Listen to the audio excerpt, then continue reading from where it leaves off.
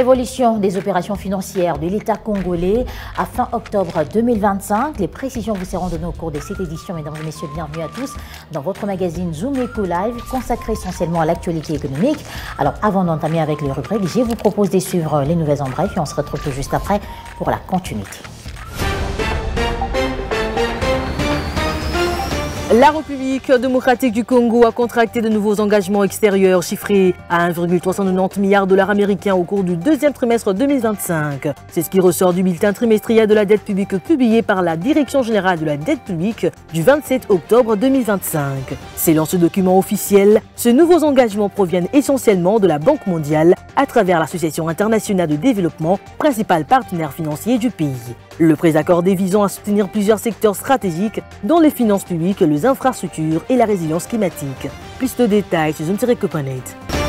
Le gouvernement congolais a levé 30,6 millions de dollars américains sur le marché financier domestique lors de la séance d'adjudication du 11 novembre dernier dans le cadre de sa stratégie de refinancement des obligations du Trésor libellé en dollars américains. Ces montants représentent 34% du volume initialement mis en adjudication, soit 90 millions de dollars américains, traduisant une baisse notable de la demande par rapport à la précédente opération du 4 novembre 2025, au cours de laquelle le Trésor public avait réussi à mobiliser 156,1 millions de dollars américains, dépassant même le montant cible fixé à 80 millions de dollars américains. Malgré le maintien du taux d'intérêt à 9%, les investisseurs, principalement les banques commerciales et institutions financières locales, ont montré une moindre appétence sur ces titres souverains lors de cette nouvelle émission.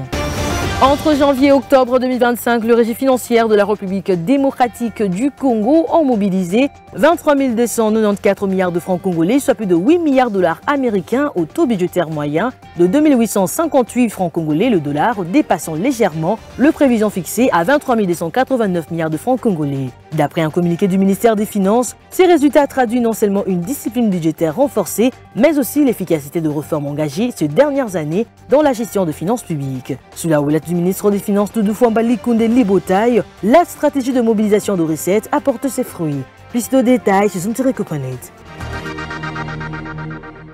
Voilà, de retour sur ces plateaux, on va prendre en premier lieu les chiffres clés présentés par Judith Unamaka qui revient sur l'évolution des opérations financières de l'État congolais à fin octobre 2025. Elle sera avec nous juste après ceci.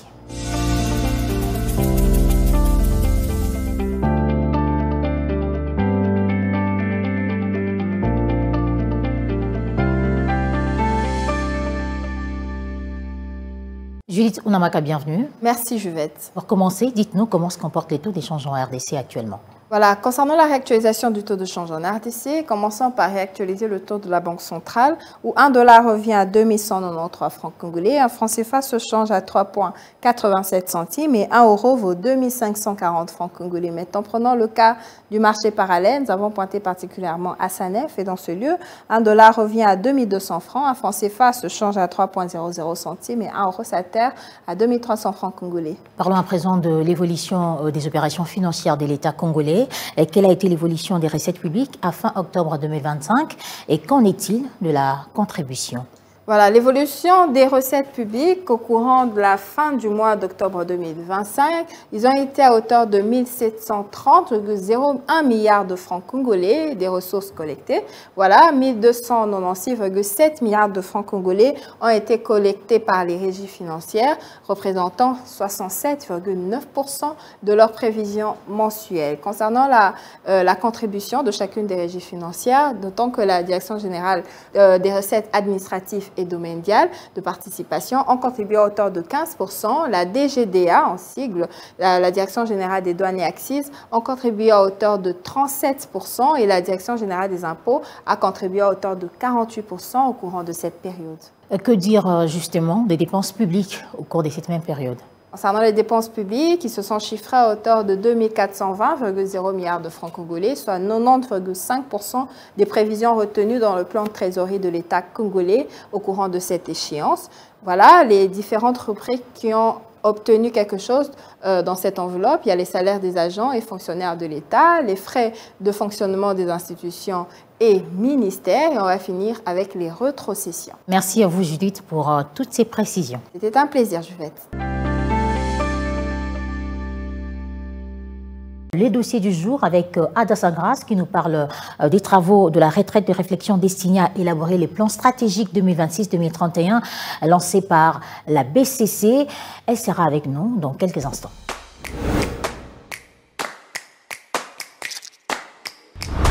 Ada Sagras, bienvenue. Merci Juvette. La Banque centrale du Congo a procédé récemment au lancement des travaux de la retraite de réflexion destinée à élaborer les plans stratégiques 2026-2031. Alors, qu'est-ce que nous pouvons retenir à propos? Voilà, pour la petite histoire, le gouverneur de la Banque centrale du Congo, André Wamiso, a procédé le 10 novembre dernier au lancement de travaux de la retraite de réflexion destinée à élaborer les plans stratégiques 2026-2031 de l'institution. Ces assises font suite à travers des sondages internes et externes ainsi qu'audits organisationnels approfondis. Alors, cette retraite stratégique était concentrée sur 3 axes majeurs dont je vais citer tout à l'heure. Premièrement, la formulation d'une vision modérée. Deuxièmement, de la priorisation des actions à moyen terme. Et enfin, de la mise en œuvre d'un modèle de gouvernance adopté aux nouveaux défis du secteur financier congolais. Et pourquoi la Banque centrale du Congo a-t-elle choisi la ville de Kisangani pour l'élaboration de ces plans stratégiques? D'abord, le choix de Kisangani est un symbole d'histoire, de savoir et de résilience. Ce n'est pas un choix anodin. Alors, en y installant le cadre de réflexion, la Banque centrale du Congo ancre sa vision dans le profondeur du pays, tout en rappelant que la stabilité financière nationale s'est construite autant qu'au centre qu'en périphérie. Alors, avec cette retraite, la BCC n'a pas simplement préparé un plan stratégique, mais également une nouvelle ère de gouvernance et de performance au service de l'économie congolaise. Quelle est la particularité de ces plans stratégiques? Voilà, selon les experts en économie monétaire et gouvernance institutionnelle, ces plans se distinguent par son ancrage puisé dans la réalité de Kisangani et de la province de la Chopo. Alors, les experts estiment également que les 10 plans encore en gestation devraient permettre à l'adaptation de mécanismes aux contraintes logistiques et économiques régionales, au renforcement concret de capacités locales et ensuite de la mise en œuvre d'outils de suivi précis pour mesurer les performances sur le terrain. Alors, ces particularités permettront également à la Banque centrale du Congo de mieux concilier sa mission nationale avec le défi spécifique rencontré dans les provinces éloignées, tout en renforçant la transparence et l'efficacité de ses actions. Et pour finir avec vous, Juvette Mbelou, je signale que le document final que les agents de la direction provinciale de Kisangani appellent déjà avec affection le plan stratégique de Kisangani sera publié officiellement dans les semaines à venir. Merci Adassa pour ces détails. Merci beaucoup Juvette, c'était un plaisir. La deuxième phase de la campagne sur l'éducation à la vie courante et le bien-être de la jeune fille. Pour en parler, nous recevons sur ces plateaux la présidente du conseil d'administration de l'ONG Solidarité Plus Forever, Bénédicte Ngaloulamputu, est l'invitée des Zoom Eco Live. Elle fera son entrée juste après cette transition. Madame Bénédicte Ngaloulamputu, bienvenue. Merci Juliette. Vous êtes à votre deuxième phase de la campagne sur l'éducation à la vie courante et le bien-être de la jeune fille avec un accent mis sur la gestion de l'hygiène menstruelle. Quel bilan faites-vous de la première phase qui a eu lieu ici à Kinshasa? La première phase a été un succès parce que nous avons eu déjà la participation de la ministre de l'Éducation nationale représentée par son secrétaire général. Et puis le ministre de la formation professionnelle, le ministre du PTNTIC représenté, ainsi que l'ancienne ministre de la jeunesse.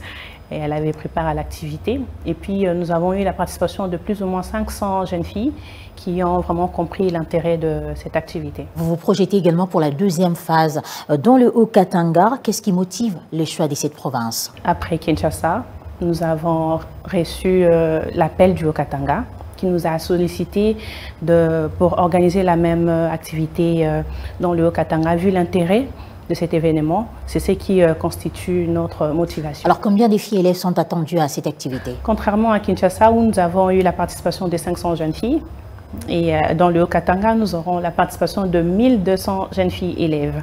Voilà. Est-ce que pour cette fois-ci, vous avez encore l'accompagnement du ministère de l'Éducation nationale? Oui, bien sûr. Le ministère de l'Éducation nationale ne cesse de nous accompagner. Déjà, je profite de cette occasion pour dire un grand merci au vice-ministre de l'Éducation nationale, l'Excellence Théo Kazadi, qui a répondu positivement à cette invitation et qui prendra part à l'activité que nous organisons à Lubumbashi, et ainsi qu'au préfet de la province du Haut-Katanga 1, qui se donne à fond à cette activité pour le bien-être de la jeune fille. Et pour terminer, à quand l'organisation de cet événement et les lieux où il s'y tiendra? L'activité se tiendra ce 20 novembre 2025 dans la salle Elika sur Lido, Lubumbashi au Katanga, à 8h. Nous demandons à ce qu'il y ait une participation massive des élèves du Katanga, ainsi que les enseignants aussi, voire même les parents, parce que c'est un sujet qui touche un peu tout le monde, parce que nous voulons briser le tabou, parler des menstruations en long et en large, informer la jeune fille sur les gènes menstruels pour le bien-être de sa santé. Merci à vous, Madame Bénédicte Ngalulamputu, d'avoir accepté notre invitation. Merci Juliette.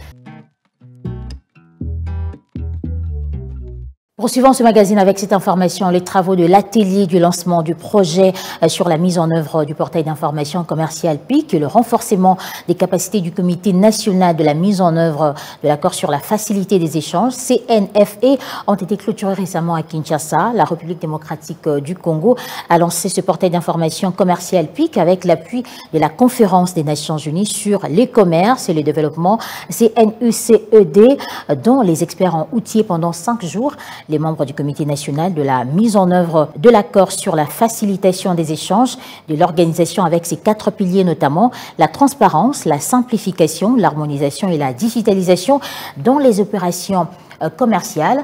Avec ce portail d'information commerciale et la formation des membres du CNFE constitué des secteurs publics et privés sur la mise en œuvre de l'accord sur la facilitation des échanges ratifié par la RDC au mois de juillet dernier.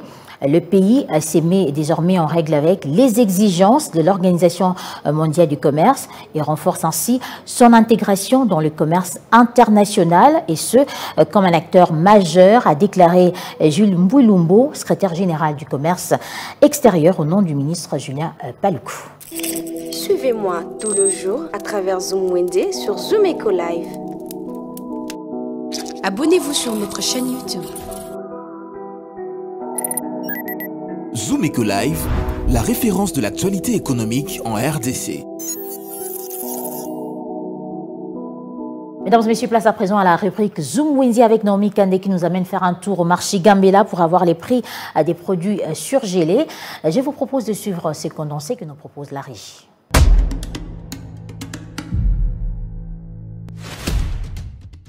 Débutons notre marché du jour avec 1 kg de mungusu qui se vend au prix de 8 000 francs. Pour le fan de poisson tilapia, cela revient au prix de 9 000 francs le kilo.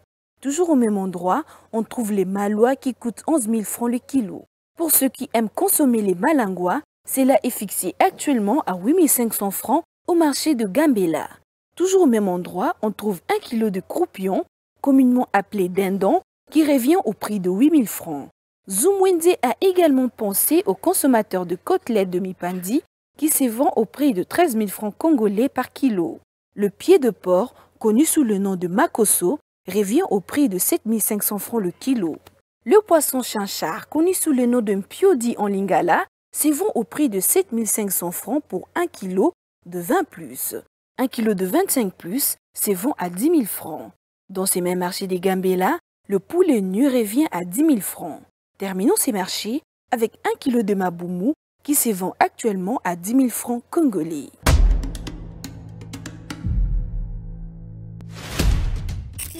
Les rendez-vous économiques, c'est dans l'agenda sur Zoom Eco Live.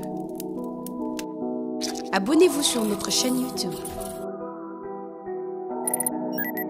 Zoom Eco Live, la référence de l'actualité économique en RDC. Alors, quels sont les différents rendez-vous économiques prévus cette semaine en République démocratique du Congo? La réponse vous sera donnée dans Agenda avec Ada Sagrassa.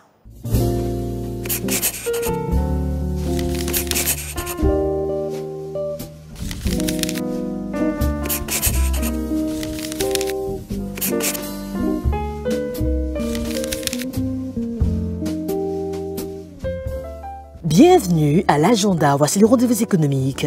La 9e édition du sommet du chef d'État et de gouvernement de la conférence internationale de région des Grands Lacs est prévue le 15 novembre 2025. À l'issue de ces sommets, signalant que la République démocratique du Congo assurera la présidence tournante de cette conférence pour une durée de 2 ans. À présent, notons que la Chambre de commerce et d'industrie franco-congolaise prépare une nouvelle session de formation dans la ville de Lubumbashi, axée sur les thèmes la responsabilité sociétale des entreprises RRC et l'environnement social et gouvernance ESRG, du 17 au 20 novembre 2025. Et pour finir, notons que Ambition Africa tiendra également une nouvelle table ronde du 18 au 19 novembre 2025 sous les thèmes « Faire affaire en Afrique, s'adapter à la diversité de marché ». Merci de nous avoir suivis. Au revoir.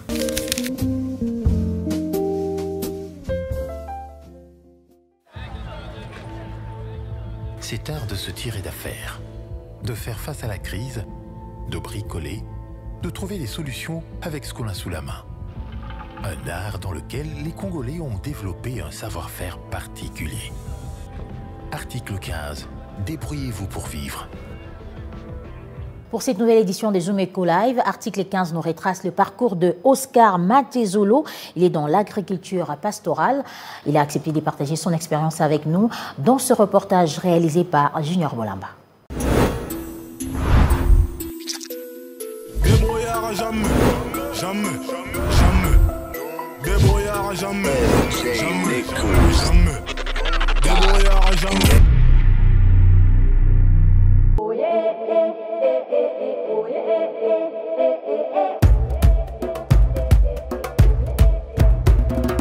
Je réponds au nom de Oscar Ntezolo Mbongo. Je suis agronome de formation. Nous produisons, nous fournissons les poussins, les porcelets, les génitaires de bovidés, notamment les taureaux et les génisses. Mais nous sommes aussi dans la fabrication d'aliments pour bétail. Nous sommes à 25 ans de la production d'aliments pour bétail et la mise en commerce. Nous nous battons malgré les difficultés, malgré l'absence des appuis, mais nous continuons à faire.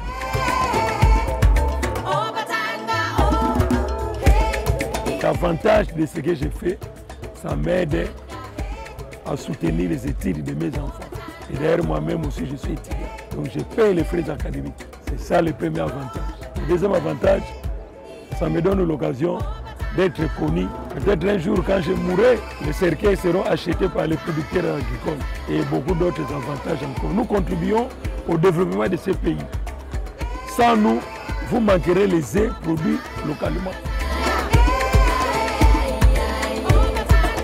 Les désavantages ne manquent pas. Là où Dieu a donné les forces, il y a toujours des faiblesses. J'ai tellement traumatisé le porc pour les ramener ici et il a fini par me piquer.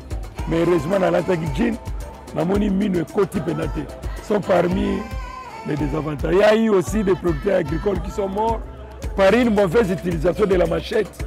Au lieu de taper sur l'arbre, ils se tapent sur les bras et ainsi de suite.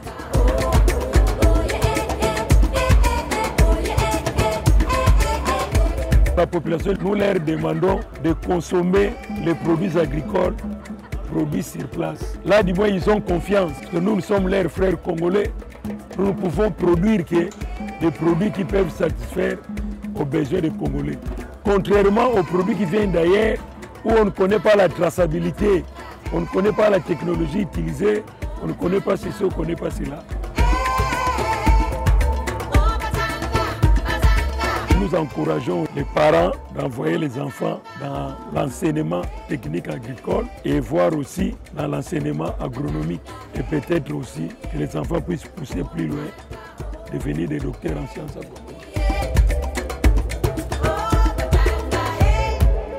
L'autorité qui nous écoute dans les différents niveaux, qu'ils puissent penser à nous, que nous battons encore pour produire tant ça peut les produits agricoles.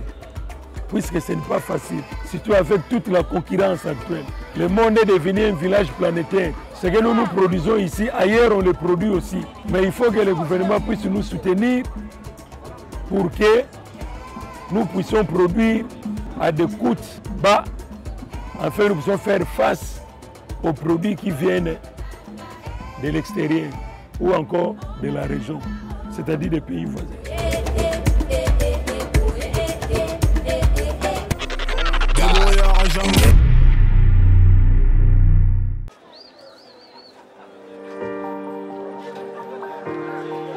Dans les détails du marché, nous avons appris à vous connaître, à vous comprendre et vous apporter plus de lumière. Désormais, avec vous, c'est parti pour un voyage de rêve vers une destination meilleure. Ensemble, découvrons le civisme fiscal et la bonne gouvernance dans la gestion de la Res Publica grâce au décryptage de l'actualité économique du pays avec des chiffres clés. Avec une équipe de professionnels, découvrez le quotidien des Congolais en exclusivité à travers des dossiers et analyses approfondies. Zoomeco TV, la référence de l'actualité économique en RDC. Ainsi s'achève cette édition Zoomeco Live. Mesdames et messieurs, merci à vous de l'avoir suivi et à la prochaine.